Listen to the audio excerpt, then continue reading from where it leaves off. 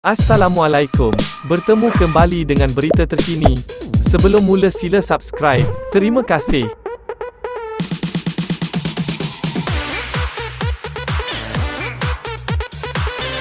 Bekas Peguam Negara, Muhammad Apandi Ali berkata Dr. Mahathir Mohamad tidak berhak mempersoalkan penyelesaian saman RM2.23 juta yang dibuat antara dirinya dengan kerajaan berhubung kes pemecatannya ketika pemerintahan Pakatan Harapan PH. Walaupun Dr. Mahathir dinamakan sebagai defendant dalam samannya, Apandi berkata bekas Perdana Menteri itu hanya mahukan perhatian selepas menimbulkan semula perkara itu. Sedangkan ia sudah diselesaikan 3 minggu lalu. Bukan dia, Dr. Mahathir, berhak setuju atau tak setuju berhubung langkah penyelesaian yang diambil sebab ini saman terhadap kerajaan dan kerajaan sudah setuju selesai di luar mahkamah. Yang mewakili kerajaan adalah Peguam Negara. Kalau Peguam Negara kata macam itu, kena akur. Dr. Mahathir tiada hak nak persoalkan. Penyelesaian itu sudah lama, sudah 3 minggu lebih.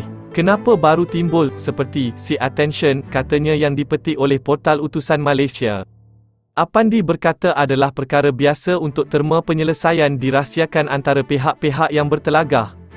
Terma-terma itu adalah rahsia.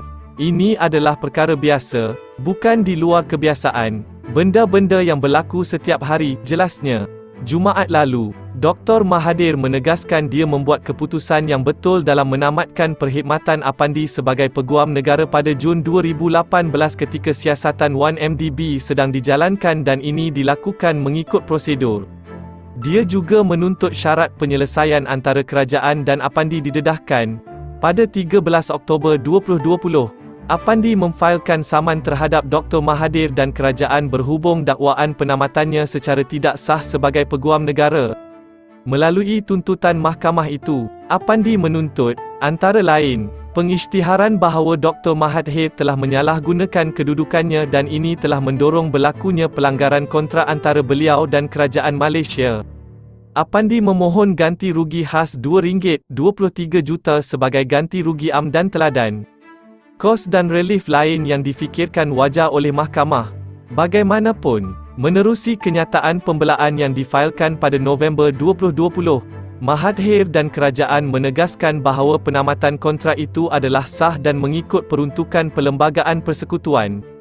Pada 13 April 2022, Mahkamah Tinggi Kuala Lumpur membatalkan saman itu selepas kerajaan bersetuju untuk menyelesaikan kes itu tanpa sebarang pengakuan liabiliti. Dan syarat penyelesaian itu tidak dapat didedahkan secara terbuka. Terima kasih kerana menonton.